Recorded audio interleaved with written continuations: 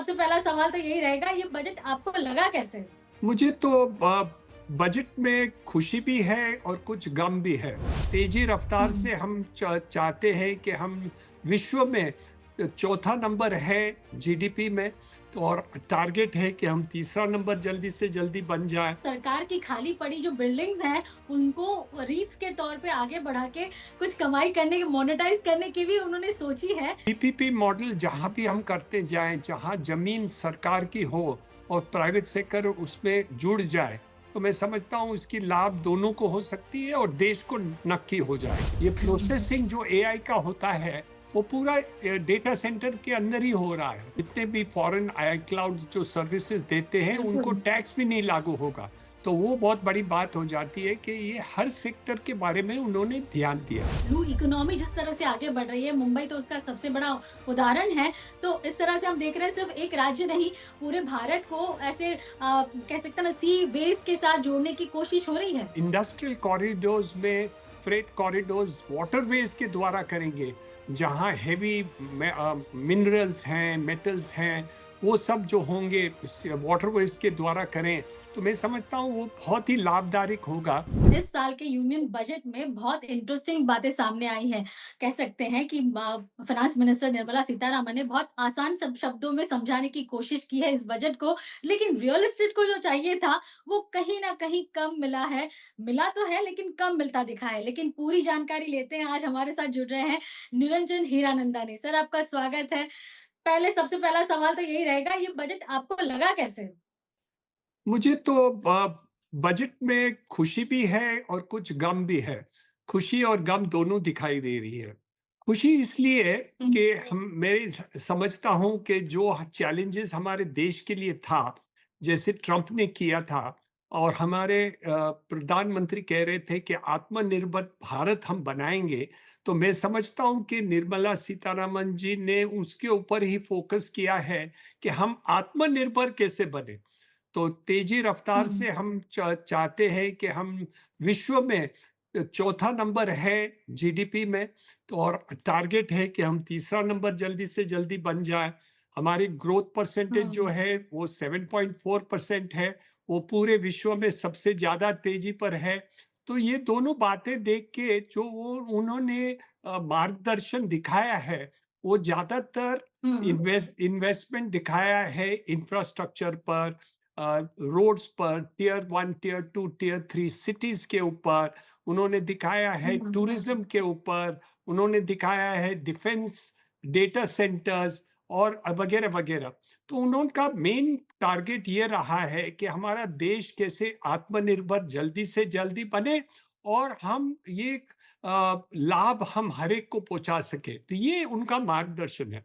हमारे real estate में हमारे पास बहुत ही चैलेंजेस हैं। जैसे अफोर्डेबल हुँ। हाउसिंग की गिनती अ, अगले 2 साल के अंदर लगभग 20% कम हो गई है। तो हम सोच रहे थे कि हुँ, हुँ। ये बजट के अंदर उन्होंने कुछ मार्गदर्शन दिखाएंगे, लेकिन उन्होंने नहीं दिया है। दो हमारे हिसाब से वो प्राइम मिनिस्टर आवास योजना का जो स्कीम है वो जारी है। उसमें भी 70,000 करोड़ लगभग खर्चा होगा 5 साल हुँ, के हुँ। अंदर। तो वो तो है, लेकिन हम सोच रहे थे कि और भी कुछ इसमें प्रगति बदलाव आ जाएगा, वो नहीं आया है। तो मैं हुँ, समझता हुँ। हूँ, इसलिए मैं कह रहा हूँ कि कहाँ खुशी है और कहाँ गम भी है। बिल्कुल, लेकिन अगर हम देखें तो टियर 2 और टियर 3 सिटीज़ और खासकर जहाँ पे सिर्फ 5 लाख की पॉपुलेशन हो ना, वहाँ पे भी उनको ग्रोथ सेंटर बनाने की बात की है। तो ये तो एक बहुत बड़ी बात है, मतलब छोटे कस्बों को भी आगे लाने की बात कही है उन्होंने। नहीं, यही मैं कह रहा हूँ। तो जो परिवर्तन वो करना चाहते हैं, वो पूरे मुंबई, दिल्ली, कलकत्ता, मद्रास, अहमदाबाद नहीं कर रहे हैं। वो पूरे हुँ। देश पे करना चाहते हैं और मैं मेरे अंदाज से एटलीस्ट 150 शहर होंगे, जो उनके टारगेट में आ जाएँगे। तो ये ओह! तो बहुत बड़ी संख्या है और बिल्कुल। इसमें सपोज़ वो सफल हो जाए, तो पूरा देश का परिवर्तन आ जाए। लेकिन हमारी सोच रियल एस्टेट के ऊपर और इंफ्रा के ऊपर क्यों खुशी है, कुछ गम है, क्योंकि हम सेकंड लार्जेस्ट एम्प्लॉयर है और हुँ। लगभग एक 160 इंडस्ट्री के लोग हमारे ऊपर निर्भर हैं। तो यहाँ थोड़ा कुछ और ध्यान देते, तो मैं समझता हूँ कि हम डबल डिजिट जीडीपी ग्रोथ भी कर पाते। इसलिए इन हम ये ये ये बात पर हम समझ रहे कि कुछ रह गया। ज़रूर, लेकिन मुझे इंटरेस्टिंग फैक्ट सर इसमें ऐसा लगा कि उन्होंने खासकर फ़ोकस किया रीट्स के ऊपर, इनविट्स के ऊपर। स्पेशली जो सरकार की खाली पड़ी जो बिल्डिंग्स हैं, उनको रीट्स के तौर पे आगे बढ़ा के कुछ कमाई करने की, मोनेटाइज़ करने की भी उन्होंने सोची है।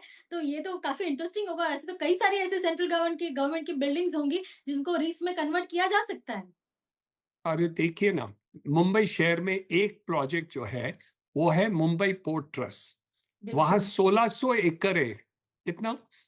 और वो वाव! लगभग वैल्यू उसकी गिना जाए तो 1 लाख करोड़ रुपए से भी ज्यादा ये वैल्यू है।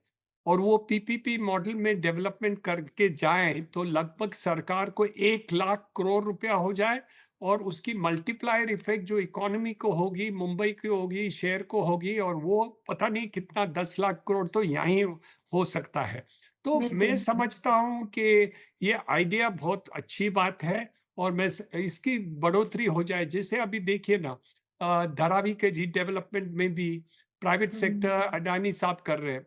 तो ऐसे पीपीपी मॉडल जहां भी हम करते जाएं, जहां जमीन सरकार की हो और प्राइवेट सेक्टर उसमें जुड़ जाए, तो मैं समझता हूं इसकी लाभ दोनों को हो सकती है और देश को नक्की हो जाएगी। बिल्कुल, क्योंकि बहुत सारी ऐसे गवर्नमेंट बिल्डिंग्स अभी भी होंगी जिनमें इन्वेंटरीज़ भी होंगी, जो खाली पड़ी होंगी, जिसको इस्तेमाल वो ना कर रहे होंगे, उसको अगर इसमें कन्वर्ट किया जाए, तो ये इकोनॉमी में डेफ़िनेटली मनी पंप इन करना डेफ़िनेटली दिख रहा है। वहीं हमने देखा कि बहुत सारी ऐसी अनाउंसमेंट थी, जैसे आप देखिए हर डिस्ट्रिक्ट में वुमेन हॉस्टल बनाना या फिर ब बहुत सारे एजुकेशनल हब बनाना। इस बार हमने हॉस्पिटल्स की बात नहीं सुनी है, लेकिन एजुकेशनल हब या फिर स्पोर्ट्स मैन्युफैक्चरिंग बढ़ाना, ये सारी बातें सुनी है तो इनडायरेक्टली हम देखने जाए तो कहीं न कहीं रियल एस्टेट इससे जुड़ा हुआ ही है। हाँ, बहुत ही। क्योंकि education campus, girls hostel, medical tourism, industrial parks, hospitality, ecological tourism, Ayurvedic centres, freight corridors, ये सब इंडस्ट्री के ऊपर, रियल एस्टेट और कंस्ट्रक्शन के ऊपर ही निर्भर है। तो इसकी हुँ। मल्टीप्लायर इफेक्ट रियल एस्टेट को तो जरूर हो जाएगी और कंस्ट्रक्शन इंडस्ट्री की बढ़ोतरी हो जाएगी। ये लॉन्ग टर्म बेनिफिट काफ़ी देश को हो सकता है, और ये जितना जल्दी हम डेवलपमेंट करेंगे वो लाभ हमको नक्की मिल सकता है।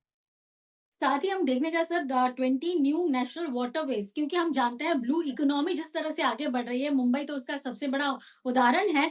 तो इस तरह से हम देख रहे हैं सिर्फ एक राज्य नहीं, पूरे भारत को ऐसे कह सकते हैं ना सी वेज के साथ जोड़ने की कोशिश हो रही है। देखिए ना, मुंबई की वाटरवेज तो शुरुआत होगी।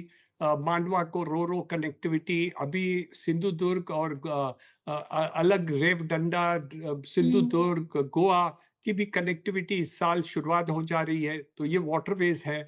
और बाकी जो इंडस्ट्रियल कॉरिडोर्स में, फ्रेट कॉरिडोर्स वाटरवेज के द्वारा करेंगे, जहां हेवी मिनरल्स हैं, मेटल्स हैं, वो सब जो होंगे वाटरवेज के द्वारा करें, तो मैं समझता हूँ वो बहुत ही लाभदायक होगा। और हमारी जो क्या बोलते हैं, ट्रांसपोर्ट कॉस्ट हुँ, जो हुँ। होता है वो भी कम हो सकता है इस सब होने के कारण। तो ये बहुत ही प्रॉफिटेबल आइडिया है लॉन्ग टर्म के लिए। लेकिन देखिए ना, आप शॉर्ट टर्म जो है वो हम नहीं देखते हैं कुछ लाभ, क्योंकि ये सब हुँ। इंफ्रास्ट्रक्चर को डेवलप करने में कुछ समय तो लगता ही है। पहले प्लान करो, उसकी फाइनेंशियल पूरा क्लियर कर दें, कॉन्ट्रैक्ट दें, फिर उसको डेवलप करें और उसका लाभ मिले। तो ऑल जो प्रोजेक्ट्स की जो उन्होंने ऐलान किया है आज के तारीख में, वो लॉन्ग टर्म डेफिनेटली है। और वो दिखा रहे हैं कि हम पूरे विश्व को हम मैच कर पाएंगे आत्मनिर्भर भारत बना के, और हम कैसे खड़ा रह जाएंगे। तो मैं ये लगता है कि एक तो इकोनॉमिक सिग्नल है कि, और दूसरा पॉलिटिकल सिग्नल भी है कि हम इस डायरेक्शन में जा रहे हैं। बिल्कुल, हमने देखा है कि इंफ्रास्ट्रक्चर के लिए 12 लाख से 12 लाख करोड़ से ज़्यादा का प्रावधान किया गया है। और जो हम टूरिज़्म जो पिछले बजट में भी हमने देखा, टूरिज़्म इकोनॉमी को बढ़ावा दे रहे हैं। इस बार भी वो टेम्पल टूरिज़्म की बात हुई है, बहुत सारे टूरिज़्म की बात हुई है। तो और ख़ास करके हम देख रहे हैं हैंडीक्राफ्ट को आगे बढ़ावा देने की बात हुई है। तो रूरल इंडिया से अगर कनेक्टिविटी बढ़ जाती है, तो डेफ़िनिटली हम जानते हैं कि रियल एस्टेट में भी ग्रोथ होता ही है। इसको आप कैसे देखेंगे?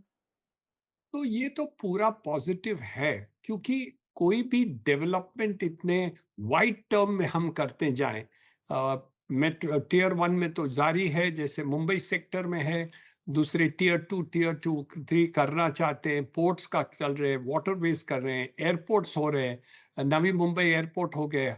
तो ये सब जो डेवलपमेंट दिख रहा है और हो गए हैं, वो एक हमारे पास एक एग्जाम्पल है कि आगे वो क्या करना चाहते हैं और कैसे करेंगे। तो ये बहुत ही अच्छी बात है। नेशनल हाईवेज बहुत अच्छी बीत से चल रहे हैं।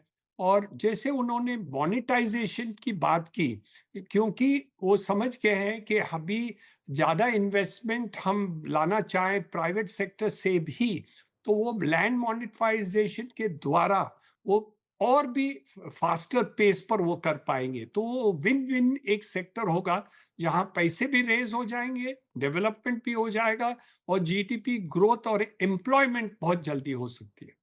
डेफिनेटली मतलब पीपीपी मॉडल अगर इम्प्लीमेंट होना आगे शुरू हो जाए तो डेफिनेटली ये ग्रोथ हमें दिखेगा। और जिस तरह के उनको हर एक tier two tier three city को एक ग्रोथ सेंटर बनाना है, वो सपना डेफिनेटली हम आगे बढ़ता देखेंगे। आखिरी सवाल, एआई का ज्यादातर उपयोग हुआ है पूरे बजट में या फिर कंटेंट क्रिएशन के ऊपर फोकस हुआ है? तो मतलब ये जो पूरा नया दौर है भारत का, इसको आप कैसे देख रहे हैं एज इन रियल एस्टेट में? रियल एस्टेट के अलावा मैं समझता हूँ एआई तो हर सेक्टर में उनको लाभ मिल सकता है।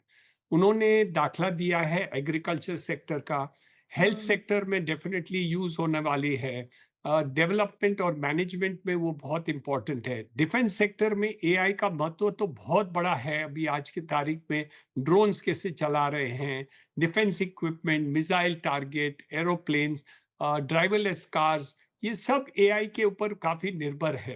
तो एआई तो आ जाएगी, हर एक इंडिविजुअल के लाइफ में तो आ भी गई है चैट जीपीटी के इस द्वारा। लेकिन और भी हम देखा जाए तो काफी लंबे तौर पर एआई हमारे जिंदगी में सबके पास आने वाली है।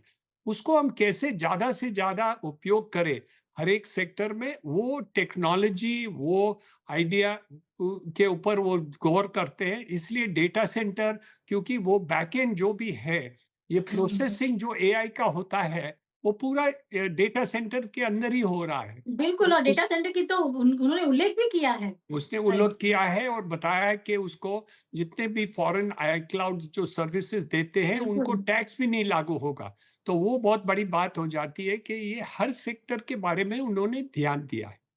डेफिनिटली जो डेटा सेंटर में जबकि आप भी हैं उस सेक्टर में, तो ये बहुत बड़ी बात है कि उनको टैक्स हॉलिडे दिया गया है। तो ये कह सकते हैं पुश है इस सेगमेंट के लिए भी। बहुत-बहुत शुक्रिया सर, आपने समय निकाला और हमारे साथ इस पूरी चर्चा में जुड़े। Thank you so much sir. Thank you Nisha. Thank you.